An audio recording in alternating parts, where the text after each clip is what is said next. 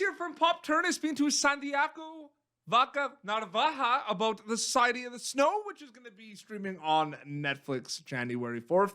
Welcome to the show. Bienvenido a la entrevista. Thank you, man. Thank you, Pete. I mean, I'm delighted to be here. I mean, thank you for having me. Yeah, for real. I saw the film. It is incredible. I can't wait for everyone to see it. Goes to film festivals, has a release in some movie theaters here and there. So some people have gone to see it, but on the 4th, more people are going to see it on Netflix. How excited are you for the release on Netflix, Santiago? Well, yeah, I mean, related to the cinema release on theaters, I mean, for me, the reach it had in theaters has already been a great success. Yeah. I mean, this movie in particular is an experience, a full experience in itself, an immersive experience. And from the first time that appears like a bright white light, the audience immediately engage with the story and the way it's told. I mean, for me, the release in theaters was awesome. I saw the film like 12 times. I'm not gonna lie, and I will continue going to the cinema 1,000 more times if I can. Yeah. Not because I'm playing a part of it in it, but because to me it seems like a masterpiece. Yeah. I really enjoy watching it on theater, like in the big screen with an immersive sound, and also because there is an immediate reaction from the audience, you know. It is like the movie itself guides the audience through a range of emotions. People in the theater, well, you saw it. Yes. Sigh, cry, laugh. I don't all want at to the give same too time, much all away, together. though. We don't want to give spoilers. That's the problem. Like, we know something. All right. Okay. No, but yeah, of course, I'm excited about the release on Netflix. For me, as an Argentinian, and especially as a Cordovan, which is my province where I was raised and born, being a part of such top-notch production is a very big dream. Being able to tell this story and having everyone to see it. I mean, to be honest, my priority related with the release is that my father watch this film again from the comfort of his bed and his room.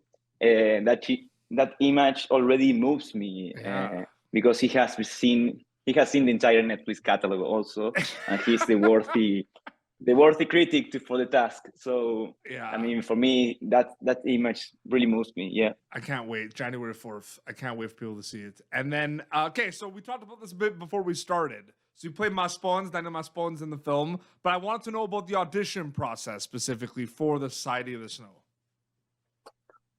Well, I mean, that's an excellent question, Pete. I mean, it's a long answer because it was a long and incredibly wonderful process.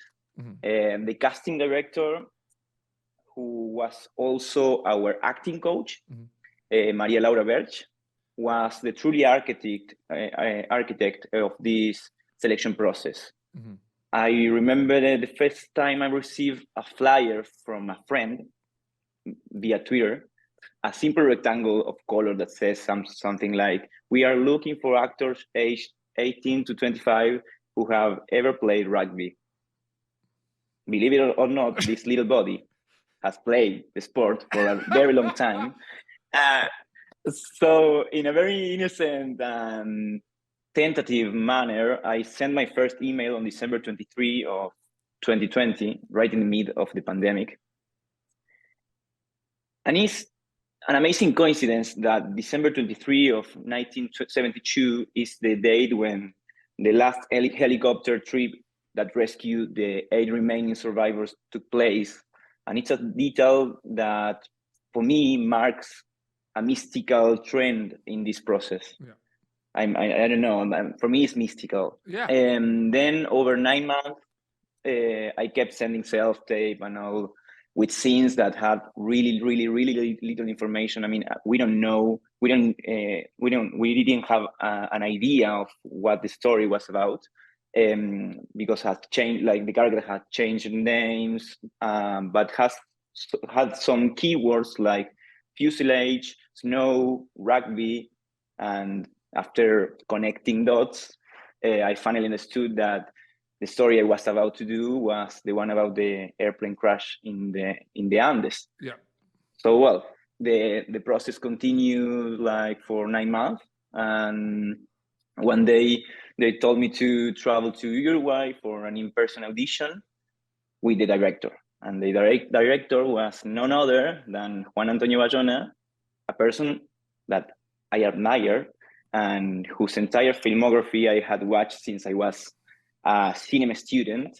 And I mean, the audition was for me like an intensive drama school. Moreover, I remember the privilege of sharing scene in the audition with the son of one of the real survivors, who was also auditioning, but anyway, he didn't get the part. But it was like a truly intensive school for me. Yeah. And after that adventure of the audition in Uruguay, we returned home not knowing if we were in the movie or not. So a few months later, I received a request for another virtual audition, another one, because something didn't fit. They told me that. Okay. And I was, man, I wouldn't be in it. I was thinking, I wouldn't be in it. Why? But it was all a joke. I mean, it was a call to tell me that I would finally be in the project and playing the role of Daniel Maspons. Yeah. Yeah, I was supposed to say that one. Yeah, it was. And I do want to know, because there were so many hard scenes to watch from a viewer perspective, because there are obviously the physical with the plane crash and everything, but there's also the mental, emotional kind of state of all of the survivors. So I'm just curious, from your perspective, what was like some of the hardest scenes to film for Society of the Snow? Because you had a lot of scenes that I'm sure were like very difficult, but is there a way you could pick like one or two that kind of stand out?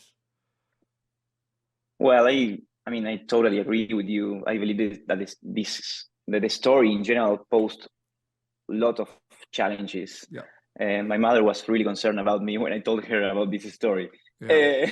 But firstly, because it is a very powerful story. Yeah. A narrative about inexperienced and unprepared young people who survive in hostile place 72 days, witnessing the death of their closest friends.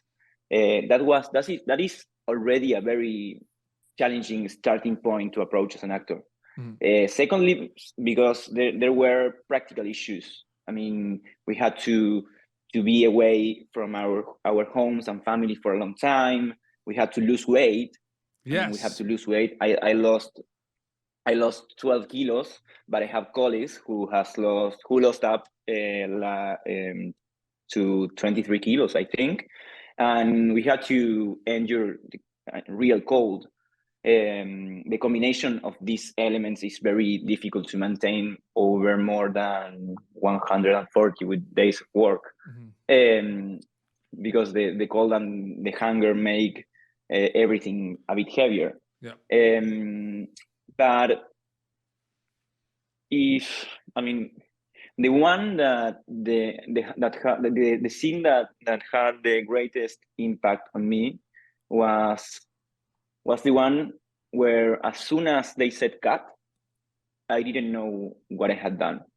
I mean, it was an improvised shot of the first night we spent on the plane after the accident. Yeah. And we have to portray an unimaginable fear, which I had never felt before. But the fear was so strong that Jota helped me to conquer it. And I finished the scene and I started crying. But part of that anguish was because I didn't know what I have done. I couldn't remember it. Yeah, no, for sure. I mean, that was, I think, that was the hardest one. Yeah. And there's also a lot of like Maspons is part of the group that goes to explore in the beginning as well too. If you think about it, right? Like you're one that had the climbing must have been hard too. Yeah, I mean, it was hard. I mean, I couldn't imagine that my body was going to be exposed that measure of. When did you know? Was it in the script that Maspons was one of the ones that went? Like, did you know in advance? Like, when you booked the role, do you know you're gonna do those scenes? Yeah. But man, I mean, I had never experienced the snow.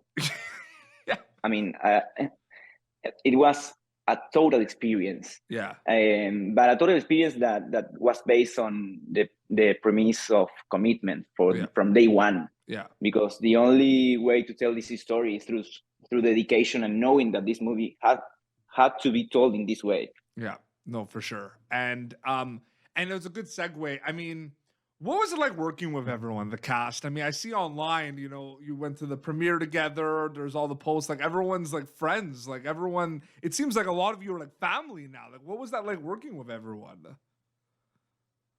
Well, man, this movie is like an ode to life, but above all, to friendship. Yeah. And filming this was magical in that sense because I truly didn't have colleagues on the set, neither actors or technicians. I had brothers and sisters. Yes. It was a big family, and it still is, as you say. Working with friends obviously always goes well, but this went beyond my wildest dreams. Being on a set with so much talent. I mean, my castmates are the best actors I've ever seen in my life. Maria Laura Berch is the best coach I ever worked with. And Juan Antonio Bayona was the best friend you could find when seeking advice. It was magical. Yeah. I am very grateful to be here also. And I'm so excited for all the buzz. I mean, nominated for a Golden Globe. You know, there's some buzz around the air about the Oscars. Like, it's such an incredible feeling just kind of seeing all the buzz. And it's not even out on Netflix yet. So it's going to get bigger and bigger, and I can't wait for you and the cast. Santiago, thank you so much for coming on the show. Muchas gracias. This was so fun. Muchas gracias, maestro. Thank you, Pete. I mean, it's an awesome space that you work with, that you built. Yeah, no, I appreciate that. So yeah, the movie is going to be available. I mean, you can still go see it in the cinemas and the theaters, like you said, but it's going to be on Netflix January 4th, and you can check that out. And your Instagram account, is it just your name if they want to follow you? Yeah, it's Santi Vaca Narvaja. Yeah, awesome. Well, this has been Popternative, youtube.com/Popturn for previous episodes. Until next time, this is Santiago Vaca Narvaja and Petey Beats signing off. Thank you for tuning in to Popternative. Make sure to check out our past episodes of Popternative on YouTube. This has been an Autograph Communications production.